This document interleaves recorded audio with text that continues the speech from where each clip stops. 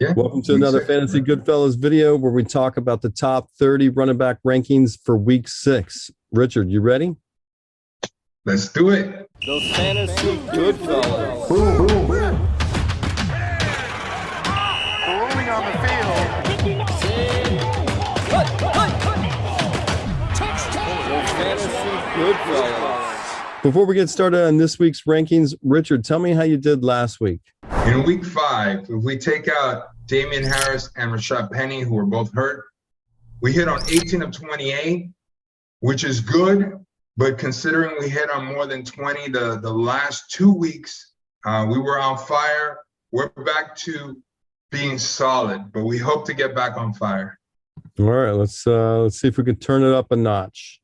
But before we get started on this week's rankings, let me explain what you should expect in our video. Richard's going to give his rankings, and I'm going to use the stat machine to see if you would disagree or agree with Richard's rankings. But more importantly, we hope the stat machine helps you with your lineups. All right, Richard, line them up. Number 1, we have Saquon Barkley, who will be home against Baltimore. We've talked about that Baltimore defense, been susceptible. Saquon Barkley's looked good. He's been consistent. He's been solid. We're going to give him the nod here. And number 2, Nick Chubb, home against New England. Tough defensive matchup, but Nick Chubb, he'll run on anyone.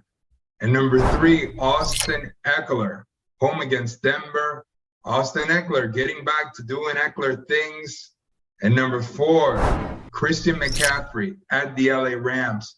What a shame for Christian McCaffrey, right? He's proven the doubters wrong. He's staying healthy. He's putting up big numbers every week. But man, Baker Mayfield's terrible.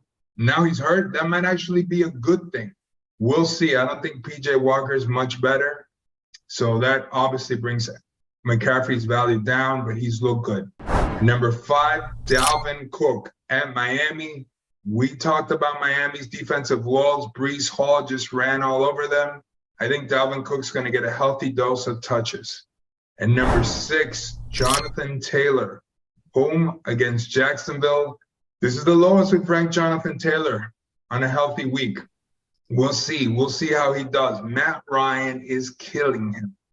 And number 7, Leonard Fournette at Pittsburgh.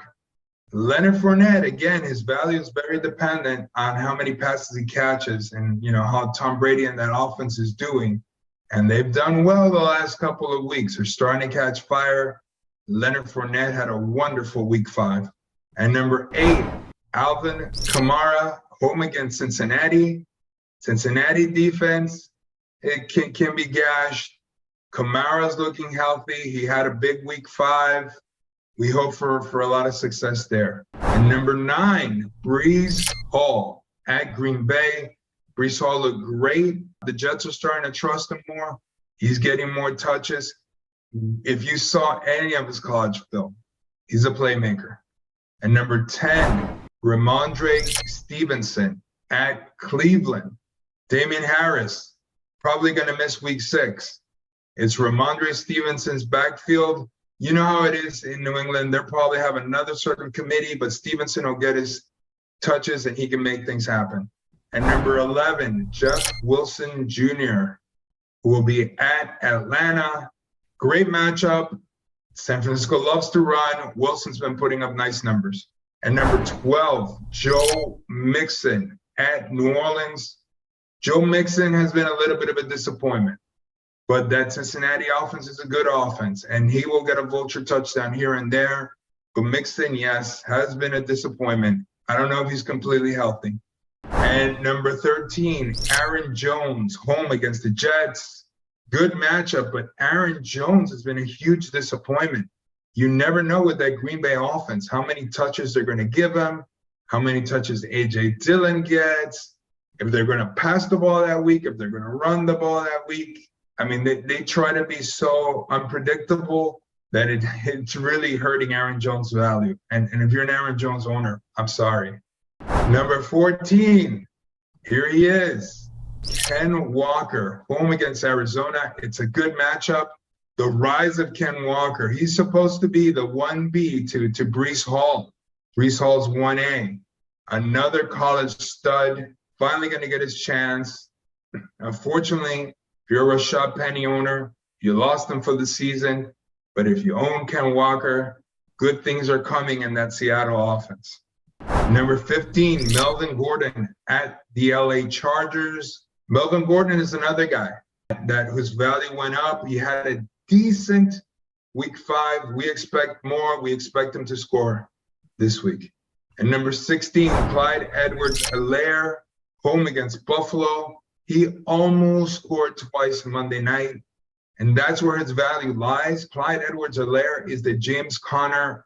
What James Conner was last year, Clyde Edwards-Helaire is this year. He's been scoring a lot of touchdowns. If he doesn't get touchdowns, not going to do much for you. And number 17, Miles Sanders, home against Dallas. Miles Sanders, again, Jalen Hurts is vulturing all the touchdowns, takes, rushing attempts away. You don't know what you're going to get, but Miles Sanders is in a dynamic offense. Philadelphia's look great. That's why he's in our top 30. And number 18, James Robinson at Indianapolis. 2 subpar weeks in a row for James Robinson. We're starting to get worried. That whole Jacksonville team looking bad. And it all starts with Trevor Lawrence. If he didn't take that step, if he's going to revert to what he was last year, that whole offense takes a big hit. At number 19, Raheem the Dream Mostert, who will be home against Minnesota. Dolphins may run more. They may run more. I mean, they have great weapons in the passing game, but they might decide to run more as they did with the Jets. And Raheem Mostert will take advantage. He's a dynamic running back who can make huge plays. Hold on. Do you think this settles the running back debate now that Mostert did so well, and now you're not going to see Edmonds used as much? It's starting to look that way. It's starting to feel like Raheem Mostert is the preferred back at this point. For everybody, that drafted Chase Edmonds, have big hopes for Chase Edmonds. He really hasn't had. He scored. He had some touchdowns earlier in the year. But Edmonds has been a little bit of a disappointment, and Mostert had a huge week 5. We got to go with that. And number 20, Najee Harris, home against Tampa Bay. Again, Najee Harris, a first rounder in most leagues, taking huge hit. That quarterback, Trubisky's play was terrible. Now Pickett is in. We don't know if he's going to be that much better. We will see, but definitely Najee Harris, he might not be 100%, and that offense is struggling. At number 21, Ezekiel Elliott at Philadelphia. It's a tough defensive matchup, but like we say, Ezekiel Elliott keeps getting the ball. He'll get a touchdown here and there. His value is hurting also, but still just enough to hang into our top 30. And number 22, David Montgomery, home against Washington. I like Khalil Herbert more than I do David Montgomery, but the Chicago coaching staff, they trust him more. Montgomery was healthy, got the majority of the touches in week 5, so this is where we got to put him. But again, I hope Khalil Herbert gets another chance. And number 23, Travis Etienne at Indianapolis. We mentioned everybody in Jacksonville taking a hit, but Etienne might be surpassing James Robinson in usage. We will see how that goes. Etienne's value might be going slightly up, but that whole offense right now looks like it's messy. Hold on. If that offense looks messy, then why do you have 2 running backs in your top 30? Because we don't know I'm not sure who the number 1 back is going to be on that offense. And one of them will definitely be in the top 30. As Etienne was this week. You're right. We're kind of, it's a little bit of a gamble with a struggling offense, but we figure we're going to get one. And we hope James Robinson is going to rebound. If he doesn't this week, I don't think we'll see him here. And number 24, J.K. Dobbins at the New York Giants. A week after scoring 2 touchdowns, he disappointed fantasy owners with just 8 touches. But that's what's going to happen in this Baltimore offense. Again, it's just like Miles Sanders in Philadelphia. You have Lamar Jackson. He's going to vulture touchdowns. He's going to run the ball. Plus, they're bringing him on slowly. He just came back from an injury. They're not going to try to put everything on his shoulders immediately. And number 25, Eno Benjamin at Seattle. This is a no-brainer. If Eno Benjamin is going to be the number one back because of injury, actually, he may be. Again, I'm not a big fan of James Conner.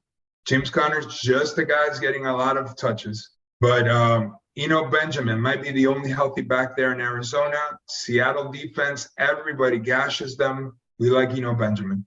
And number 26, Cam Akers, home against Carolina. The matchup is good. Maybe it's time for Cam Akers to do something. Maybe it's time for the Rams to establish something in the running game. And number 27, Devin Singletary at KC. He's the number one running back on a tremendous offense. Hasn't done much all season. I don't expect him to do that much, but he's the best of what's left. And number 28, Kareem Hunt, home against New England. Kareem Hunt has struggled to produce. He'll get a touchdown here and there. It's Chubb's team. Chubb's a stud, and they're playing a tough defense this week. And number 29, A.J. Dillon, home against the New York Jets. We mentioned before, it's frustrating. Green Bay, other than Devontae Adams last year, it's tough to trust Green Bay players just because, again, they try to be cute. LaFleur, Rodgers likes to, spread the ball around. It's just frustrating. And same thing can be said about Kansas City and their situation over there. But we're going to give A.J. Dillon one more shot, but he's on his way out of the top 30. And at number 30, Tony Pollard at Philadelphia. He had that long touchdown run. We see what he can do. At some point, he might take over as Dallas's RB1, and then his value would would soar. All right, before we go, I just want to kind of point out a couple things. You got Leonard Fournette a little higher than some other rankings. What do you got to say about that? Well, again, we just saw he was, I believe, the number 2 running back in week 5. That offense is starting to look better. Chris Godwin is back in the fold. Mike Evans is healthy. Tom Brady is looking good. Maybe Tom Brady just, mentally might be in a new place and might be focused, and Tampa Bay could be making a serious run. And Leonard Fournette is going to catch a lot of balls, especially in PPR leagues. He's going to do well. He's going to score touchdowns. That's a strong offense when it's hitting on all cylinders. And right now, I believe in it. All right. And another one, and Stevenson, you have him ranked 10th. Some other leagues have him at 23, so that seems a little high to me. Yeah, it's just New England loves to run. And right now, like I said, Damian Harris is hurt, which could mean a lot, a few more touches for Stevenson. Stevenson's explosive. Cleveland defense, not amazing.